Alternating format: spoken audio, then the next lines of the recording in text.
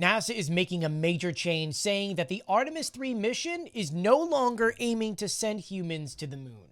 This is your nightly news recap. Here's all the stories you may have missed today. Starting off with NASA, where the NASA Administrator Jared Isaacman stated that due to mounting delays and technical failures, they're reworking the Artemis III mission. In his statement, he says everyone agrees that this is the only way forward. This is how NASA changed the world, and this is how NASA is going to do it again.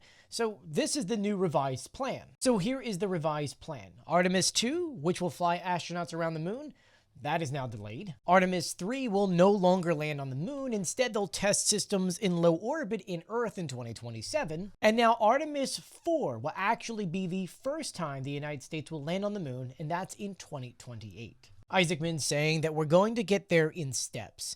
Continue to take down risks as we learn more. We now move over to the House Oversight Committee, where today former President Bill Clinton testified, insisting that, quote, "I had no ideas of the crimes. I would have turned him in myself and led the call for justice." Adding later, "But even with 2020 hindsight, I saw nothing that ever gave me pause. We were only here because he hid it from everyone so well for so long."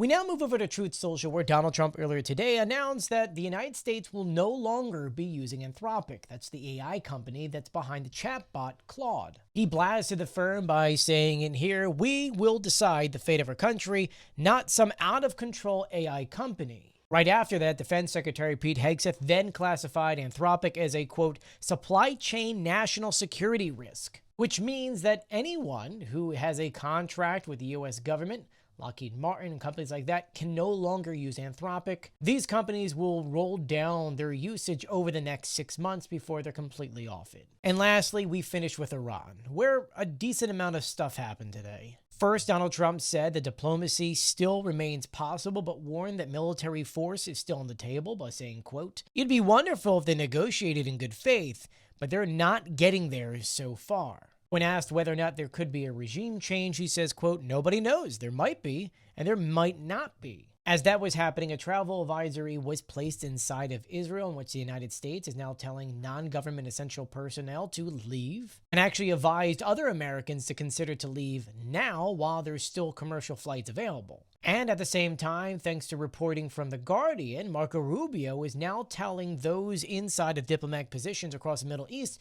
to not do any interviews, saying that any kind of public comments could inflame tensions. But that is your nightly news recap. There are other things that happen, but those are the highlights. I'll be sure to keep you guys updated though, so please do share this video and follow me for more.